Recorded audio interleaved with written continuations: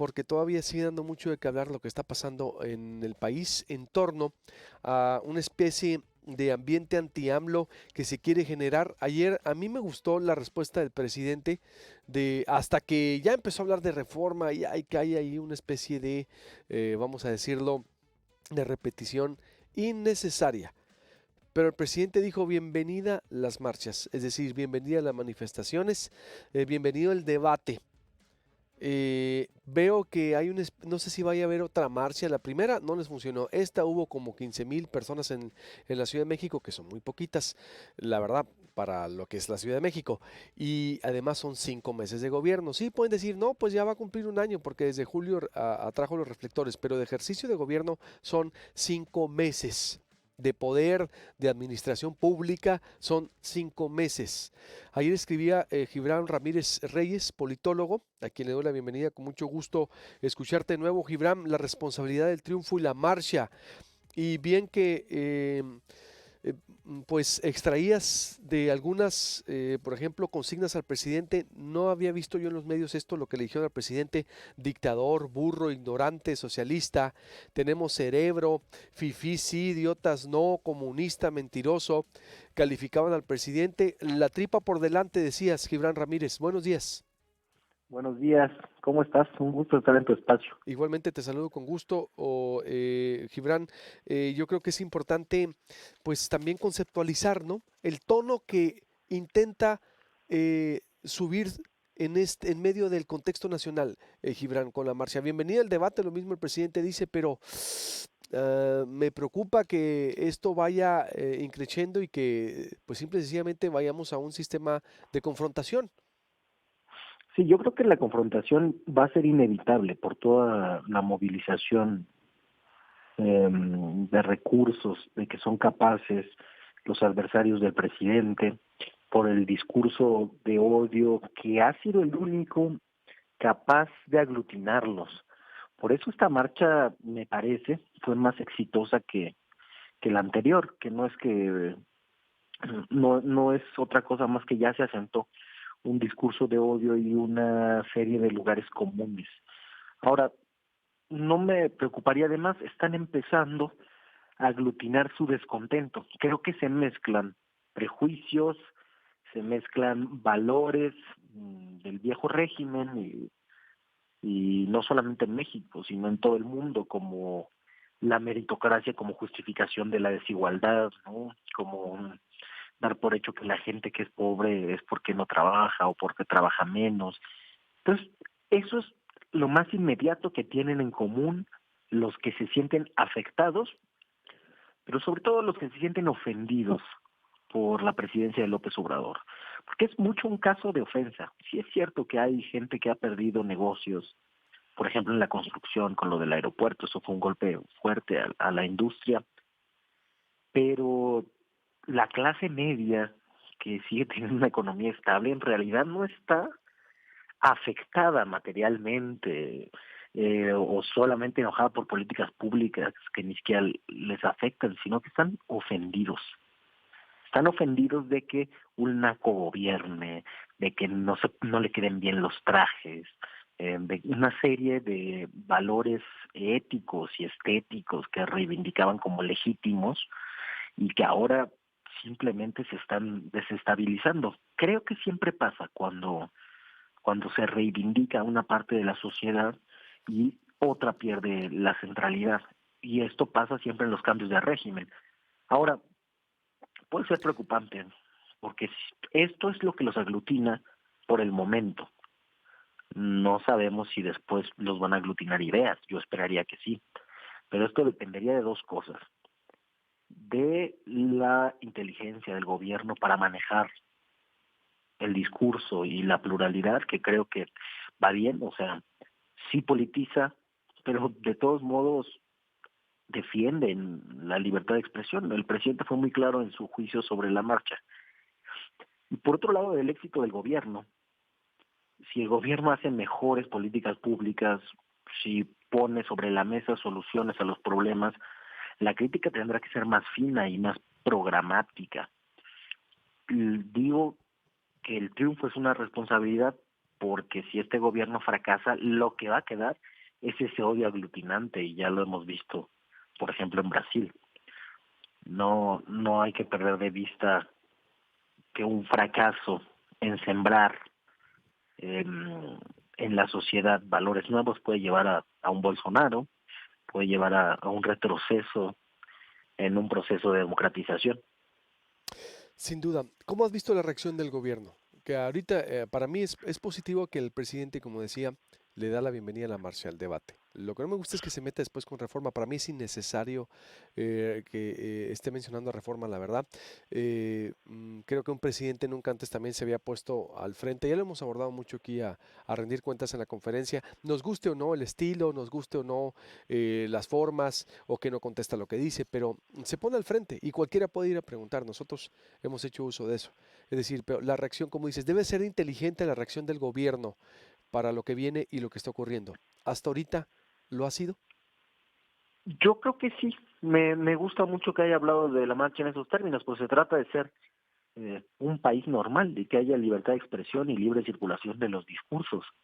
Los discursos se combaten con discursos, y incluso los discursos de odio hay que combatirlos con crítica y hay que hacerlos inadmisibles, pero socialmente, no proscribirlos legalmente ni perseguirlos políticamente. En ese sentido me parece correcta la reacción.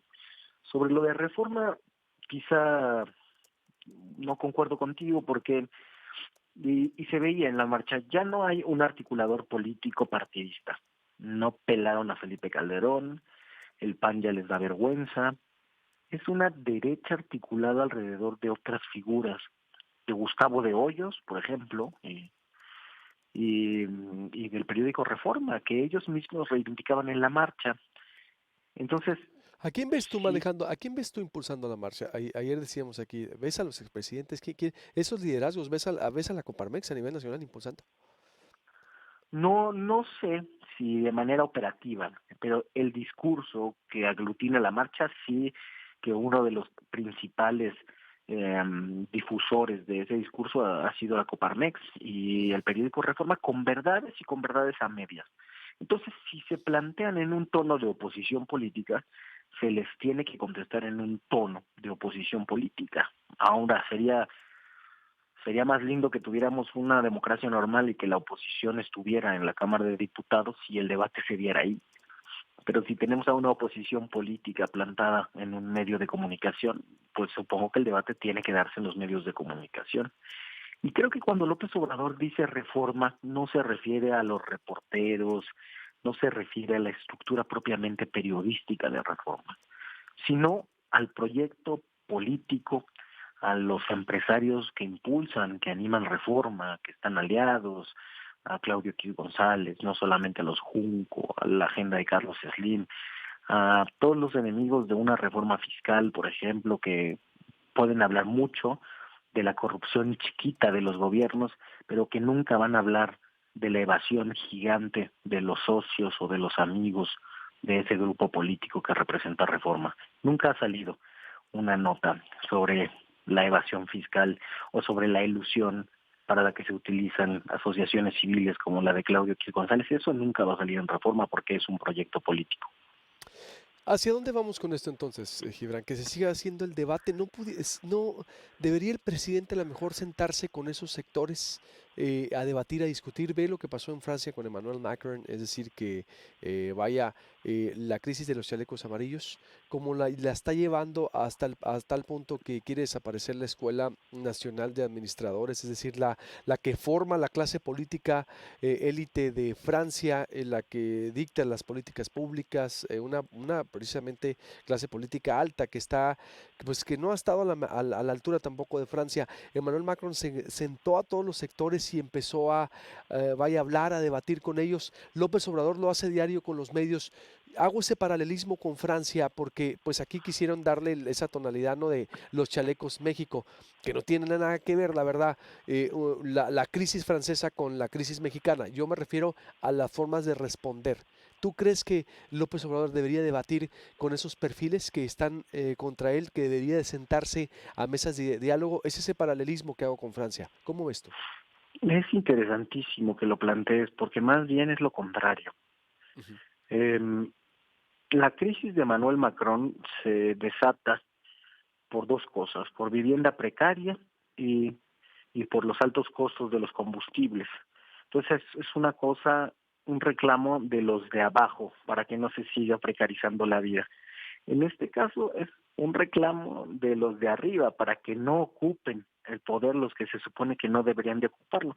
Si bien sí hay reclamos en materia de política pública muy puntuales que yo creo que tienen que ser discutidos, no sé si el presidente necesariamente, pero por lo menos su gabinete, de manera técnica, sí debería discutir algunas cosas como replantear el modelo de estancias infantiles en vez de, digo, eliminar el modelo previo. Para mí el modelo previo era insostenible. Eh, Otro de los modelos insostenibles es el del seguro popular. Sí son reclamos de abajo, son reclamos que se toman, por ejemplo, en la marcha, en algunas consignas, en las menos, te digo la verdad, y que creo que sí ameritan una discusión, pero no creo que eso sea lo que están poniendo en el centro del No. debate, ni el Reforma ni la marcha. Sí, por eso ponía dos, así ese paralelismo, guardando las proporciones de lo que allá también reclaman. Aquí ese reclamo fue votado también y fue electo el 1 de julio y pues estamos en ese proceso de construcción de lo que llama el presidente, también hay que decirlo, por eso. Y sí dices, por eso yo me refería, por el perfil de la marcha, no sería bueno también sentarse a dialogar, aunque sean los de arriba. A mí me queda claro que, obvio, es un sector reducido, no es una marcha masiva, es decir, digo, obvio que es un sector que pues, está bien, no está en contra del presidente, válido. Por eso digo, Ujú. insisto, ¿crees que debería haber dialogar con esos de arriba, aunque sean los de arriba y sean una minoría? Hay cosas en las que se puede dialogar y otras en las que se debe combatir. Em, por ejemplo, en el asunto del aeropuerto, me parece que las últimas pruebas presentadas por el secretario de Comunicaciones y Transportes demuestran que eso era algo que había que combatir. En los otros casos, en los de políticas públicas mal planteadas o criticables, en esos casos creo que sí habría que sentarse a platicar, pero los límites los pone en primer lugar quien pide el diálogo. Entonces, una minoría, pues no quiero calificarla, pero una micro minoría pide que el presidente más legítimo por los votos de la historia del país renuncie. Eso no son ganas de dialogar. Eso sí, Eso es un absurdo. son... Sí, sí, es un absurdo. Sí. Que renuncie, que se vaya. Digo yo, a ver, por favor. Entonces, yo creo que si se hubieran movilizado con competiciones específicas, con algunas políticas que de plano no les gusten, habría que escuchar. Ya pasó, ya ha pasado. Creo que en donde más diálogo hubo con sectores que representan a esos sectores ahora movilizados fue en el asunto de la Guardia Nacional. Y aunque al final no quedaron tan conformes como habrían dicho cuando se aprobó, sí hubo modificaciones al dictamen, sí se cambiaron cosas. Es un diálogo que fructificó de alguna manera, si bien desde luego el gobierno fue el que tuvo la decisión, como además debe de ser. Entonces, mientras se moderen los términos en los que se plantean los reclamos, yo creo que vamos a poder abrir el diálogo. Y esto es muy importante.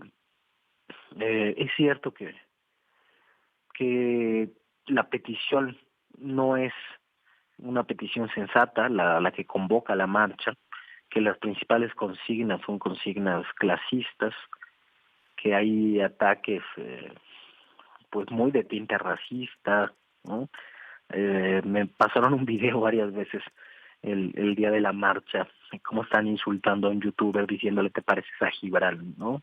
Una cosa, pues sí, muy visceral, de la gente a la que no les gustamos los que estamos en el debate público y el cambio de correlación de fuerzas y el cambio en la conversación pública. Entonces, eso se tiene que asentar y se van a tener que aguantar. Pero la política pública la podemos discutir. La cosa es que no empiecen cortando el diálogo. Yo diría, aceptar que el país cambió, que las correlaciones cambiaron y a partir de ello dialogar. El gobierno tiene un error, en eso puedo coincidir contigo plenamente, que es que no ha elegido a su interlocutor, o quizá lo está eligiendo con Reforma, pero si es eso, entonces es una elección medio rara, ¿no? Porque no es tanto de diálogo como de golpe de uno y otro lado. Pero ¿con quién sí se va a sentar el gobierno a hablar de política pública? Si el PAN no propone nada, hace el ridículo su presidente pidiendo la intervención de la OEA, como en el caso de Venezuela. Si Felipe Calderón quiere movilizar al sector que se supone que simpatiza con él con base en tweets, si nadie está organizando, si no hay voces sensatas que se planteen en el debate de las ideas, de las políticas en específico, sino que predominan los opositores que se la pasan diciendo dictador, demagogo, y que apuestan incluso a radicalizarse hacia la derecha, el presidente se va a quedar sin un interlocutor opositor. Yo creo que necesitamos una derecha moderna con la que se pueda hablar. Hay elementos por ahí dispersos, pero probablemente los ánimos tendrán que asentarse, los meses tendrán que seguir pasando, los resultados verse, los defectos hacerse evidentes. Muy bien. Pues muy interesante, Gibran, como siempre hablar contigo y por supuesto te estaremos consultando porque sí, yo creo que esto va a seguir. Me llama la atención que la primera pues fracasó, la segunda fue exactamente, yo coincido contigo, micro, es decir, y yo creo que se debe de elevar el nivel de discusión. Si quieren diálogo, que haya otro tono también, es decir, si quieren en realidad que esto se abra como un debate nacional, a la francesa, que son dos situaciones diferentes, insisto, o por el origen y los contextos, pero rescato la manera o el debate o el diálogo que se puede hablar, pues también que vayan con una propuesta y no con solo con la víscera a marchar. Te mando un abrazo, un placer como siempre y estaremos en contacto. Un abrazo, Luis Alberto. Igualmente, Gibran Ramírez, politólogo interesante, sí, porque a ver, si se tratara realmente de abrir un debate nacional, como hizo Emmanuel Macron, allá Macron con la crisis de los chalecos amarillos por la alza de combustibles, por lo que ocurrió en esa Francia que se sentía agraviada y que fueron semanas y semanas que dejó que cientos de miles salieron a la calle, terminó en un debate, en un diálogo nacional, en las diferentes regiones de Francia, Macron. Y ahorita va rumbo a desaparecer la Escuela Nacional de Administradores, la Escuela Nacional de Políticas Públicas, la ENA, la Escuela Nacional de Administración Pública que forma a la élite política que gobierna Francia. Y la quiere desaparecer, que nació después del 45, que ha nutrido a toda una vaya casta política en el Eliseo, la va a desaparecer, allá va hacia cambios, pero hubo un debate. Aquí, por eso el artículo de Gibran es interesante. Aquí fue la víscera. Que abran el debate, que se abra el debate como se está haciendo en Palacio Nacional, diario con los medios. Y punto. Miriam Castillo, te saludo.